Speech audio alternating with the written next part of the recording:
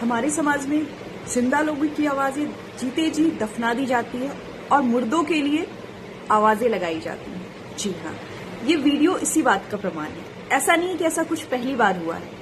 हाँ, हम used to हो चुके हैं, हमें ये चीजें देखने की सुनने की आदत हो चुकी है। सोशल मीडिया में तो बहुत सारी न्यूजें आती है जिसको हम देखते हैं और स्वाइप कर देते हैं।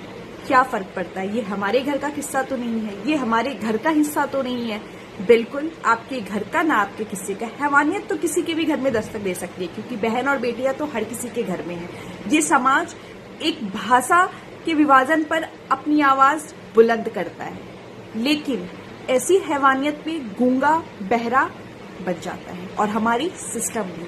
तभी तो इस हैवानियत की हद इस कदर इसलिए पार होती जा रही है क्योंकि उस हैवान को भी पता है सिस्टम गूंगा और बहरा है, और ये समाज भी। कोई भी घटना ऐसी घटती है, चाहे वो 1 महीने की बच्ची के साथ हो या 80 साल की किसी बूढ़ी औरत के साथ, लोग candle march as it is निकालेंगे। हमारा सिस्टम जो हमेशा लेट से इंसाफ और कभी कभी तो इंसाफ मिलता भी नहीं है, तो उन्हें पता है कि यही चीजें होनी है। हर कोई अपनी बारी का इंतजार कर रहा है। हम कितने दोगले समाज में रह रहे हैं जहां अपनी सहूलियत के हिसाब से आवाज उठाते हैं। हम गलत के खिलाफ आवाज नहीं उठाते हैं, अपनी सहूलियत से जो चीज हमें अच्छी लग रही है, जो चीज हमें चाहिए होगी, हम सिर्फ उसके बारे में ही बोलेंगे।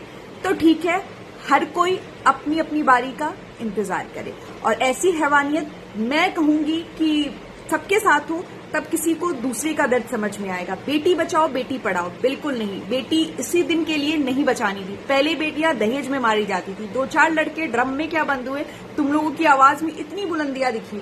और यही जब ये हैवानियत हो रही इतनी शर्मनाक, तो तुम लोगों के मुंह में आवाज तक नहीं है।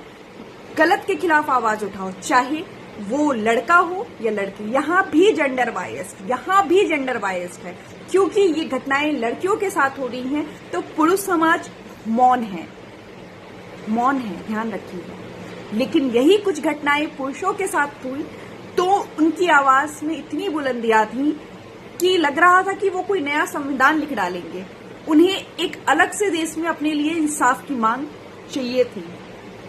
ठीक है, फिर देश और समाज ऐसे ही चलता रहेगा, लेकिन हर घटना के लिए अपने अपने घरों में आप भी फिर इंतजार कीजिए।